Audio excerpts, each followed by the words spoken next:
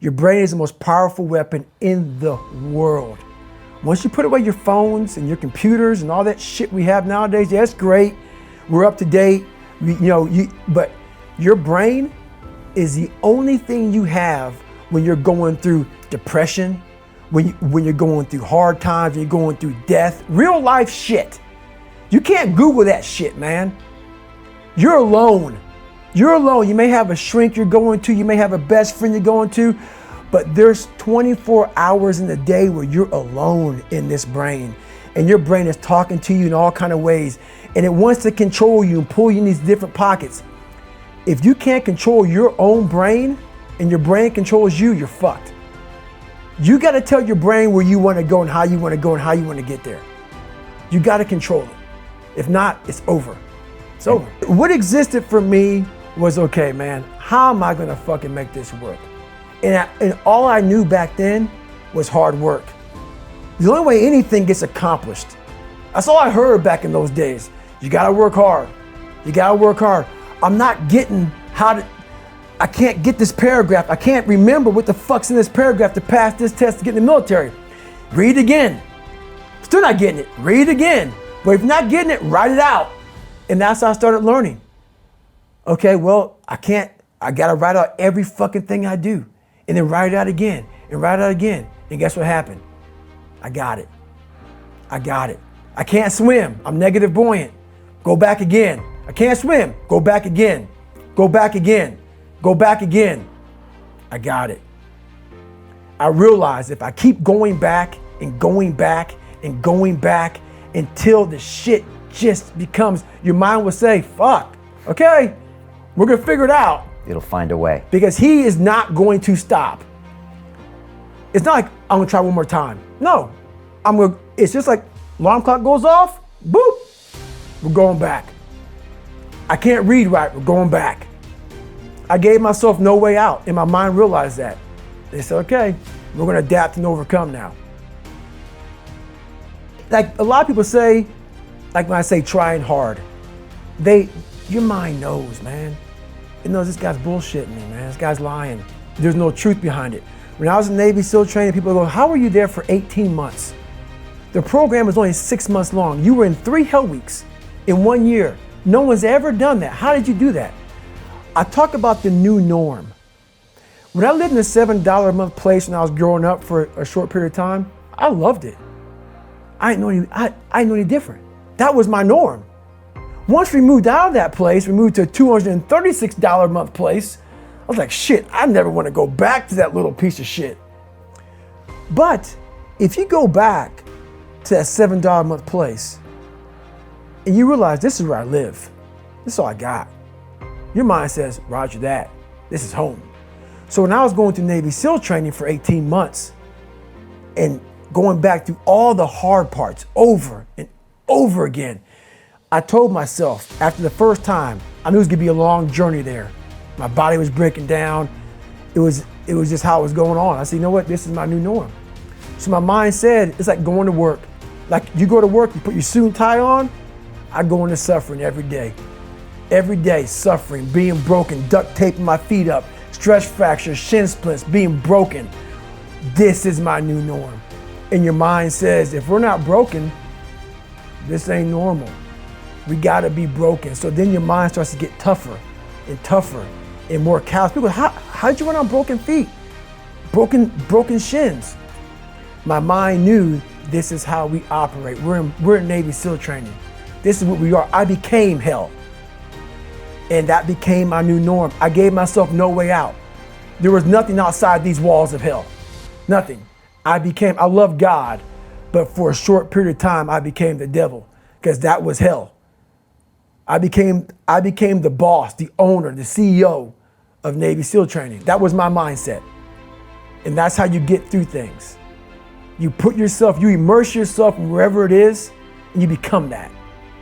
You become that and give yourself no way out. When I was 297 pounds and I was fat as hell trying to be a Navy SEAL, the scariest thing in the world to me, even to this day, was that could have been the rest of my life. I thought then I was trying hard. That's the scariest thing in the world.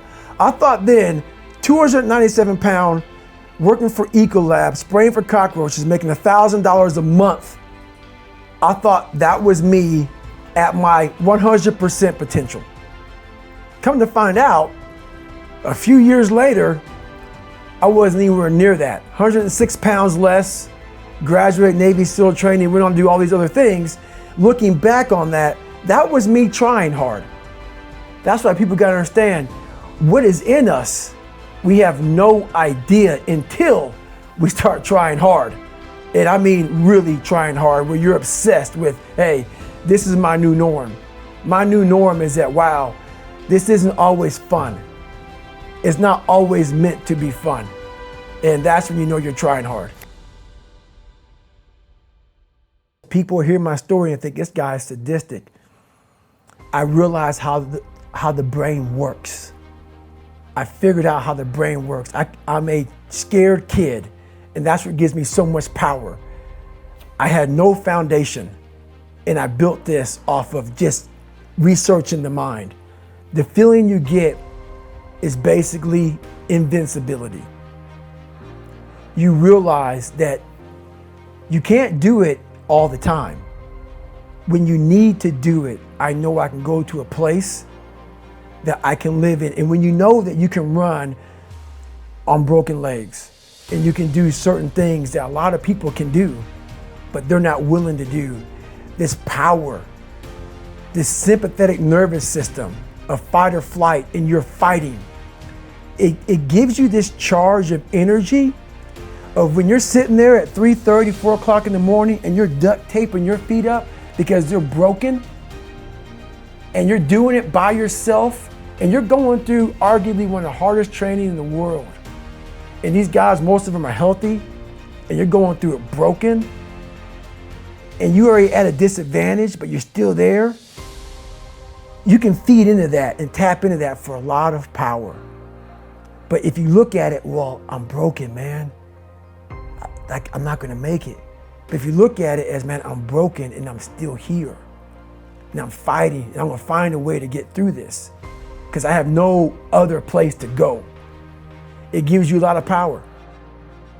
When things start to suck really, really bad, my brain and a lot of people's brain, they don't go to your dad beating you up. Your brain says, we gotta get the fuck out of here. This is miserable. So anger goes away a lot of times when you're suffering, because your brain just says, we gotta run, we gotta go. So that anger is not popping up saying, oh, I'm gonna show them, I'm gonna show those people. No, there has to be a much deeper, and when I say deeper, it has to be down to mineral soil. It has to be down to that nice mineral soil where nothing can burn. You can't burn dirt. So it has to be down that low, that literally is something in you that's at the core of your soul. But you don't find it unless you spend a lot of time with what you want to be in life. I can't give that to you. Right. You can't give it to somebody.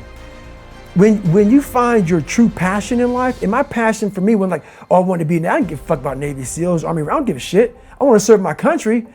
I want to be someone that I'm proud of. I want to look at myself in the mirror because I was so disappointed. That accountability mirror I talk about, I was so disappointed in what I saw every fucking day.